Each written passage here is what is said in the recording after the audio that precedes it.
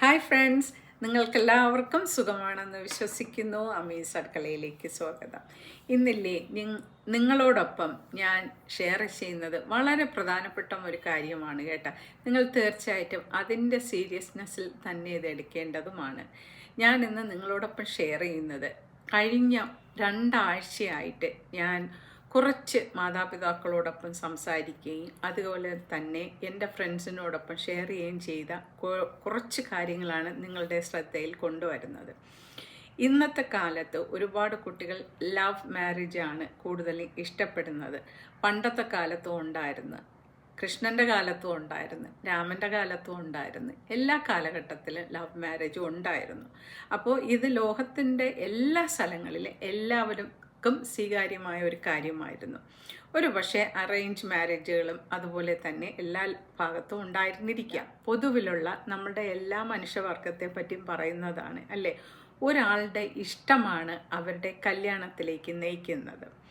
പക്ഷെ ഒരാളുടെ വ്യക്തിത്വം കുറച്ച് നാൾ കഴിഞ്ഞ് മാത്രമേ നമ്മൾ മനസ്സിലാക്കത്തുള്ളൂ അല്ലയോ.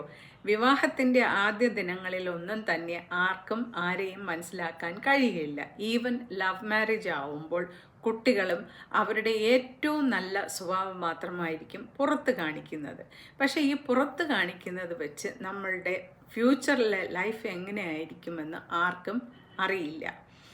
അതുകൊണ്ട് നമ്മുടെ കുട്ടികൾക്ക് തീർച്ചയായിട്ടും എല്ലാ ജാതിയിൽപ്പെട്ട കുട്ടികൾക്കും നമ്മളൊരു കൗൺസിലിംഗ് കൊടുക്കണം വിവാഹത്തിന് മുമ്പ്. അതുപോലെ തന്നെ ഒരു വിവാഹം നടക്കാൻ സാധ്യത ഉണ്ടെങ്കിൽ അത് ലവ് മാരേജ് ആയാലും അറേഞ്ച് മാരേജ് ആയാലും തീർച്ചയായിട്ടും 6 മാസം കഴിയാതെ ആരെയും കല്യാണം കഴിപ്പിക്കാൻ ഇടവരുത്തരുത്.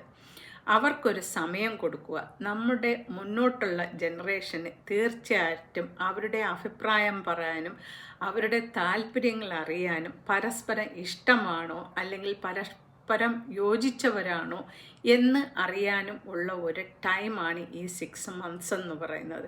നമുക്ക് ഒരു കൗൺസിലറെ കാണുന്നതിന് അതിന് മോശപ്പെട്ട തീരുമാനമാണെന്നോ ആരും തന്നെ ധരിക്കരുത്. കാര്യം ഇന്നത്തെ ലൈഫ് വളരെ ഫാസ്റ്റ് ഗ്രോയിങ് ആണ്. എല്ലാവർക്കും സ്ട്രെസ്സും അതിൻ്റേതായ ഒരുപാട് ബുദ്ധിമുട്ടുകളും നമ്മുടെ കുട്ടികളും പേരൻസും എല്ലാവരും അനുഭവിക്കുന്നു.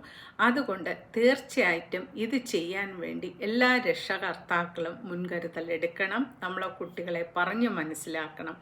അതുപോലെ തന്നെ ലവ് മാരേജ് കഴിഞ്ഞ് കുടുംബത്തിലും അറേഞ്ച്ഡ് മാരേജ് ആയ കുടുംബത്തിലും കുട്ടികൾ തങ്ങളിൽ പ്രശ്നങ്ങൾ ഉണ്ടായാൽ ദയവ് ചെയ്ത് നമ്മളുടെ കുട്ടികൾ രക്ഷകർത്താക്കളെ അറിയിക്കാൻ വൈകണം. കുട്ടികൾ ഒളിച്ചു വെക്കുന്നു മാതാപിതാക്കളിൽ നിന്ന്, അവരും അറിയുന്നില്ല. കുട്ടികൾ കഴിയുന്നതും സ്വന്തമായിട്ട് സഫർ ചെയ്യുന്നു. ആ സഫർനെസ് കുട്ടികളെ കുറച്ച് കഴിയുമ്പോൾ അത് ബാധിക്കുന്നു. എന്ത് തന്നെ ആയാലും നമ്മൾക്ക് 2 കുട്ടികളുണ്ടായാൽ അവരെ നോക്കേണ്ട ചുമതല എല്ലാ പേരൻസിനും ഉള്ളതാണ്.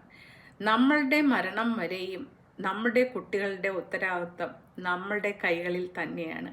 അവരെ സുരക്ഷിതമായൊരു ജീവിതത്തിലേക്ക് നയിക്കാനുള്ള സഹായവും അവരെ പിന്താങ്ങാനുള്ള സഹായവും അവരെ സപ്പോർട്ട് ചെയ്യാനും നമ്മൾ തീർച്ചയായിട്ടും മുതിരണം. ഒരു പക്ഷേ നമുക്ക് സാമ്പത്തികമായിട്ട് ഹെൽപ്പ് ചെയ്യാൻ പറ്റിയില്ലെങ്കിൽ സാമ്പത്തികമായിട്ടുള്ളതല്ലാത്ത ഹെൽപ്പാവാം. അതായത് അവരെ നല്ല ഗൈഡൻസ് കൊടുത്ത് അവരെ ഉയർത്തെഴുന്നേൽപ്പിക്കുക. കുട്ടികൾ ആത്മഹത്യയിലേക്കും വളരെ മോശപ്പെട്ട മാനസികാവസ്ഥയിലേക്ക് അവരെ തള്ളിവിടാതിരിക്കുക. സഹോദരി സഹോദരന്മാരെ, നമ്മുടെ കുട്ടികളെ വിവാഹം ചെയ്ത് കൊടുക്കുമ്പോൾ തീർച്ചയായിട്ടും അവർക്കൊരു സമയം കൊടുക്കുക. ധൃതി പിടിച്ച് ഒന്നും ചെയ്യാതിരിക്കുക. അവരെ നല്ലതുപോലെ മനസ്സിലാക്കിയതിന് ശേഷം മാത്രം ഒരു കല്യാണത്തിന് മുതിരുക. കാര്യം ഒരു കല്യാണം നടന്ന് അത് ഡൈവോഴ്സിലേക്ക് നയിക്കുകയാണെങ്കിൽ അതും ഒരുപാട് മാനസിക ആഘാതം കുട്ടികളിൽ ഉണ്ടാക്കും. പിന്നെ അത് ഫ്യൂച്ചറെ ബാധിക്കും. അതുകൊണ്ട് നമ്മൾ ശ്രദ്ധാപൂർവം തിരഞ്ഞെടുക്കുക. നമ്മുടെ തീരുമാനങ്ങൾ നമ്മുടെ കയ്യിലാണ്. ലൈഫും നമ്മുടെ കൈകളിലാണ്. അതുപോലെ കുട്ടികളെ പറഞ്ഞു മനസ്സിലാക്കുക. നിങ്ങൾക്ക് എന്ത് സംഭവിച്ചാലും തീർച്ചയായിട്ടും നമ്മളോടൊപ്പം പറയണം.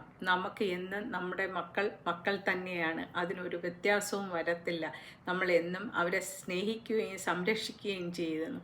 എന്ത് തന്നെ ആയാലും ഓപ്പൺ ആക്കുക. നമ്മുടെ മൈൻഡ് ക്ലിയർ ആകുമ്പോൾ നമുക്ക് നമ്മുടെ അച്ഛനോടും അമ്മയോടും എന്തും പറയാൻ നമുക്ക് സ്വാതന്ത്ര്യം ഉണ്ടാവുക. പക്ഷേ എന്നും ആ അച്ഛനും അമ്മയും എല്ലാ ദിവസവും 365 ദിവസവും അവർ കാത്തിരിക്കും അവരുടെ മക്കൾക്ക് വേണ്ടി, അല്ലയോ? അത് ആ മക്കൾ കൂടി അറിഞ്ഞിരിക്കും.